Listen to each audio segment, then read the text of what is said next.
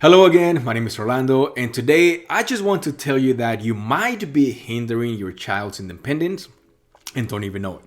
Sure, you don't want them to struggle, so you micromanage them and do everything for them so they don't have to suffer. The drawback of being overly involved in your child's lives is that you up their independent skills, for lack of a better word. But I'm being real here. This is real life. So in today's video, I am going to give you four and only four simple, useful, practical, and actionable strategies you can implement today to skyrocket your child's independence. And these are just a few of the many ways we've nurtured our daughter's independence, and I know that if you apply them strategically, they will work for your child too. Number one, create a prepared environment. I know you've heard this so many times, that prepared environment, and you have to create a prepared environment. What that means in simple terms is that you have to slightly modify areas of your house so your child has easy access and can get things done independently. That's it. That is all you have to do.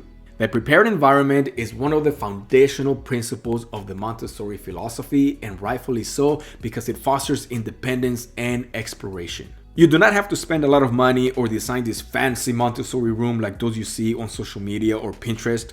Look, I made these clothes racks for my daughter, and they work better than some of those expensive materials you find online because I designed them specifically for my daughter, and I spent less than $70 plus a few hours of my time.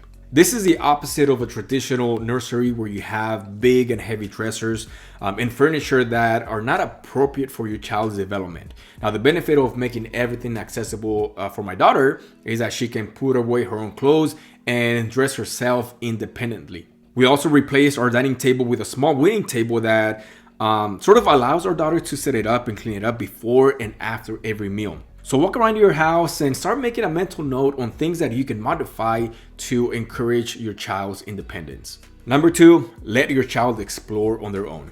Give your child the freedom to explore and follow their interests at their own pace. And please, please, please resist the urge to intervene or redirect their play, and instead observe and support their natural curiosity and exploration. Now, I've seen many posts on social media of parents saying, I am running out of ways to entertain my child. Yes, because you want your child to do the things you want them to do.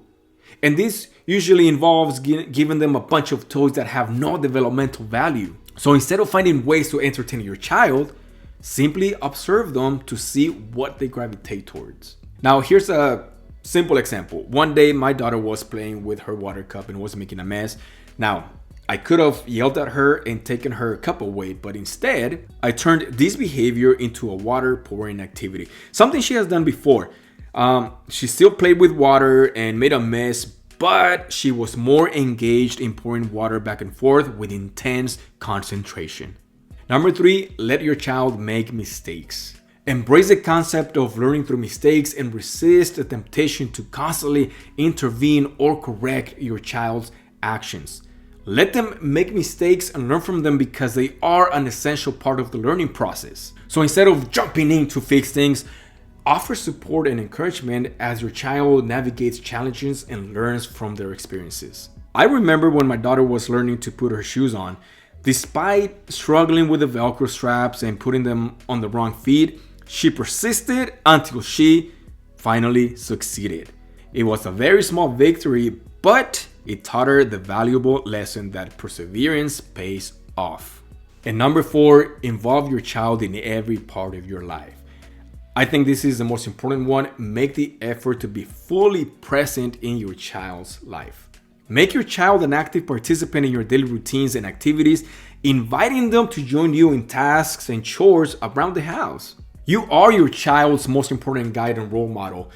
They mimic everything you do, so do not be surprised if they want to help because they have an innate desire to learn by replicating your actions. Whether it's cooking, cleaning, or gardening, involving your child in everyday activities not only teaches them practical life skills, but also fosters a sense of responsibility and contribution. And you don't have to do anything out of the ordinary. Look, from a very young age, we've involved our daughter in meal preparation, like letting her wash vegetables, do basic chores, and even set the table. Not only does she feel proud to contribute to family meals, but she's developing life skills, practical life skills that will serve her well in the future. Now, there are many ways you can nurture your child's independence, but for the sake of this short video, I am only sharing some of the things we do at home that have contributed to our daughter's independence and overall development. But if you have some ideas, or if you want to share some ideas or something that is working for you and your family, just drop a comment below. And please do not click away without liking this video and subscribing to our channel, because we want you to be part of this awesome parenting community. Thanks for watching, and I hope you have a good day.